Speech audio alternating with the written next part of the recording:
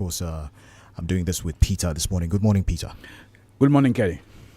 All right, starting off with sackings in the world of football. In the last few days, we've seen quite a number of sackings. First, it was Olympique Marseille.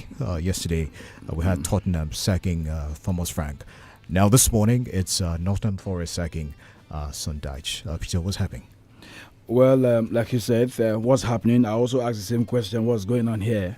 But you know what is the job? The job comes with sacking and hiring. So the moment you got a job, know that same day also your sack letter is somewhere.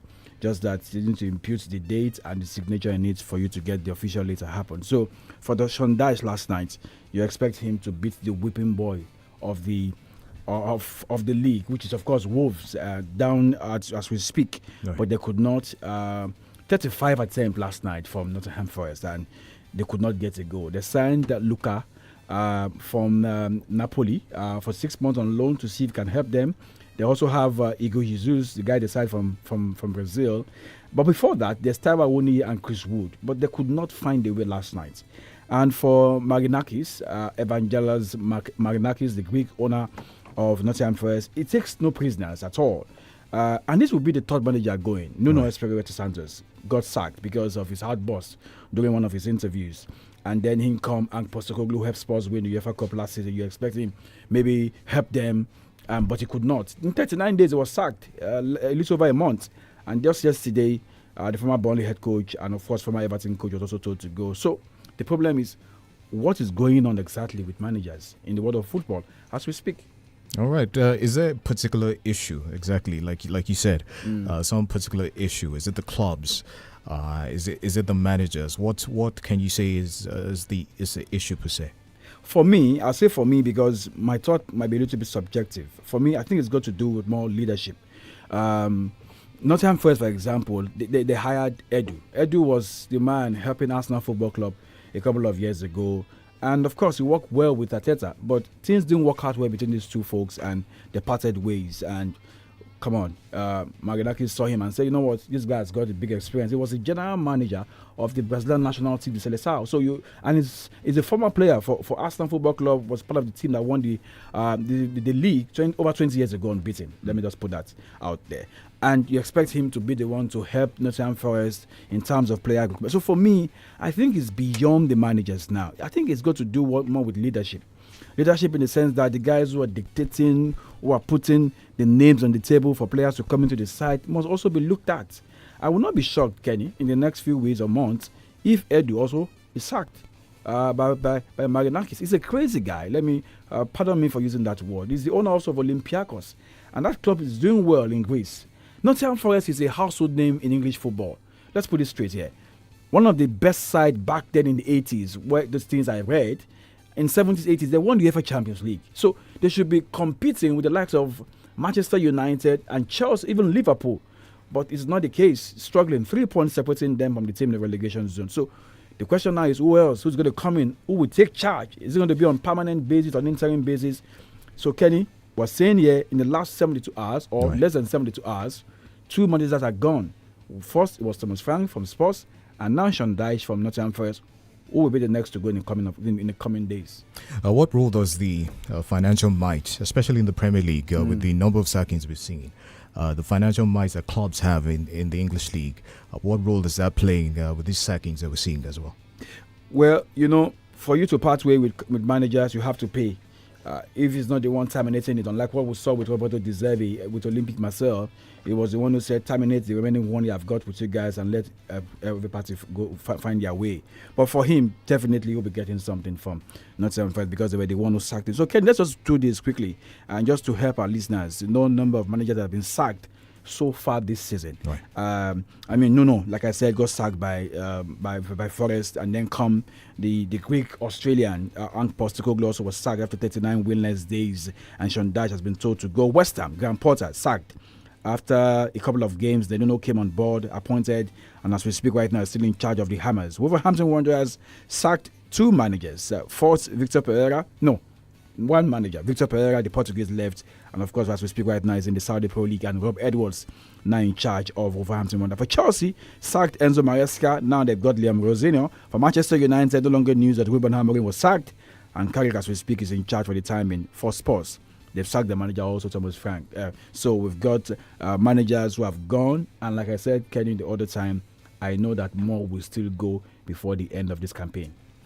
Right, still sticking with the Premier League now. Results yesterday. Any standout performances and updates altogether? Definitely, standout performance to Manchester City. We'll get to that at a point in time. The BBC also will help us with that. But for Manchester City, they knew that you need to put the pressure on Arsenal Football Club, and that job was done in 45 minutes against Fulham. 3-0. They won that game at the 𝐶𝐻 Stadium. Semenyo, Haaland helped them with the goals, and of course, the young boy called O'Reilly. And has to do with the other game, the late one, Stadium of Light. The light didn't come up yesterday for Sunderland, Kenny, because they lost for the first time to Liverpool in the season. They lost to Liverpool last time by goal, so that will be their first defeat for 25-26 season at that stadium. Other teams have gone there, they've been able to get a point, but for Liverpool, knowing fully well that they need to bounce back after they lost that game to City on Sunday, and it was good for them to do that. They won by goal to nil. Other results saw Aston Villa also left a little bit late against Brighton. They won by goal to nil, and it was goalless between Nottingham Forest and Wolves. Crystal Palace led 2-0, Kenny. And surprisingly, in 7 minutes of let me say the last 7 minutes of the game last night at the Wolverhampton Stadium, Burnley came back and won by 3 goals. So all of these we'll get from the BBC in a minute. All right, talking about Man City, I wanted to take your perspective, especially on their performances in second halves. They seem to lose that killer instinct going into second half of matches. Yesterday was 3-0. First half. And the Man City of old we know would probably most likely have ended that match 7 or 6-0 up. Yes, against the side Fulham, who haven't gotten something from City in the last couple of games, many games, I'll say. But it is what it is with Pep. Keep it low, boys. We've got the FA Cup coming up. That same match yesterday, Kenny, first 45 minutes, Haaland was taken off for Omar Mamouche. So maybe it's resting the players, knowing that the bigger one is coming. The FA Cup is not the bigger one now. After the FA Cup, they have a big game coming up against Newcastle. So save these players, allow them rest. The job was done in 45 against Fulham. All right, we'll take a break now for the BBC Premier League update with Nick. We'll be right back.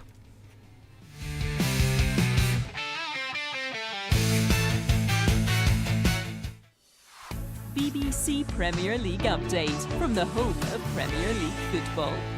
Hello, I'm Nick Hatton at the BBC Sports Centre. Manchester City have closed the gap at the top of the Premier League to 3 points thanks to a 3-0 win at home to Fulham. All the goals coming in the first half through Antoine Semenyo, Nico O'Reilly and Erling Haaland. Here is the City manager Pep Guardiola. In the second half was not that because they make a step up.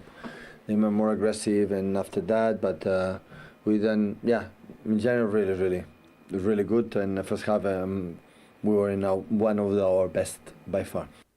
Well, that defeat means Fulham have now lost their past 20 meetings against City. The leaders Arsenal away to Brentford on Thursday. Well, third-placed Aston Villa are 3 points adrift of City after their 1-0 win at home to Brighton. That game saw James Milner equal the Premier League appearance record.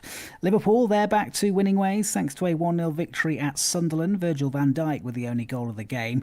Well, Nottingham Forest missed a staggering 35 chances as they were held to a goalless draw at home to bottom of the table Wolves. Forest sit just 3 points above the relegation zone, having collected just 2 points from their last 3 matches. Here is the Forest manager, Sean Dyche. 2 points in the relegation when we got here, in the relegation zone when we got here.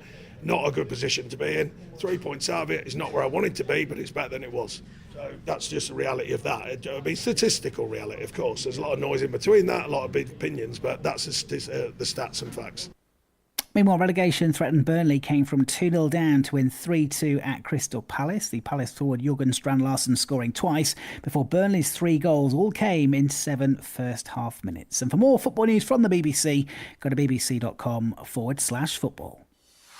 BBC Premier League update from the home of Premier League football.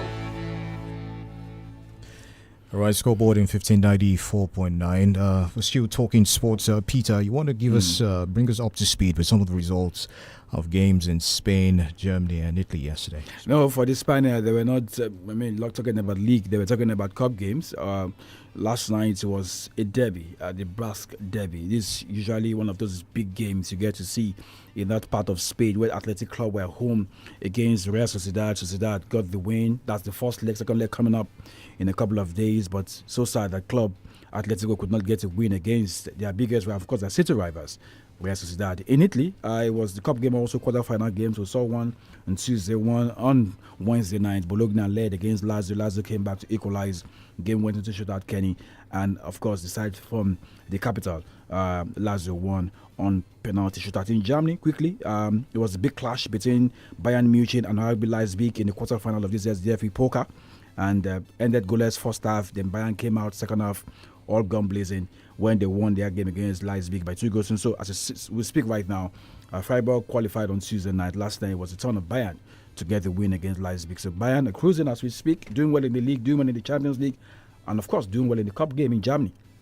How about the women's UEFA Champions League? 2 games last night. Yeah, 2 games last night. Held one was away from home when Arsenal ladies, who were good in the game over the weekend against Manchester City ladies, they were involved and they went away from home, secured big win. This is not the women's champions. Also have also changed. The team who finished below the top 4 will have to go play the qualifiers to find their way into the quarterfinal. Looks like we have for the men that we'll have to see a few games in the next few days. But hey, that will be a story for another day. Arsenal won by 4 goals to 0 away from home, and Real Madrid women also were good in Paris, in France, where they won against Paris FC by 3 goals to 2. So they have it in terms of what the women did last night in their part of the women UEFA Champions League. Now, talking tennis, let's have you give us some updates, results there. And after the first Grand Slam, where are the players right now? Yeah, the players, they've all moved on. For those who didn't win Grand Slam, of course, we know the 2 ladies that won were Bikana, the only lady that won were Bikana, and of course, for Carlos Alcaraz, who also won in the men's single. Well, they're not involved in this one. Talking about Alcaraz is not involved, but for Bikana, she's involved in Qatar as we speak, the WTA 1000 Grand. But before that, Rotterdam ATP 500 got us talking. Stan Wawrinka, just to mention a few names, Stefanos Tsitsipas also won. Good to see the Greek winning. And of course, back to playing tennis. And of course, Felix Auger-Aliassime also won his game. That is for the men who are involved in Netherlands and Rotterdam, to be precise. And for the women who are away in Qatar, they're also having the game going on. And I'll just tell you a few results of some of those games. Maja Sakkari won a game yesterday. Elena Ostapenko, the lady from Latvia, also won. And of course, Victoria Mboko, the Canadian. And of course, former world number 1, Igor Swiatek, was also good on court. I mentioned the Grand Slam winner for this year for the women, Elena Rybakina. She also won a game, even though our opponent retired yesterday. So one more piece of news from the world of tennis. I still going around the world of tennis, and of course, Dallas also have got tennis going on in that part of the US. Taylor Fritz, the homeboy, won his game, just to mention one winner out of so many winners last night in the US. All right, thank you, Peter. We have to draw the curtains on the show for today. You want to join Peter and Co for Scoreboard Reloaded? That's at 3:30.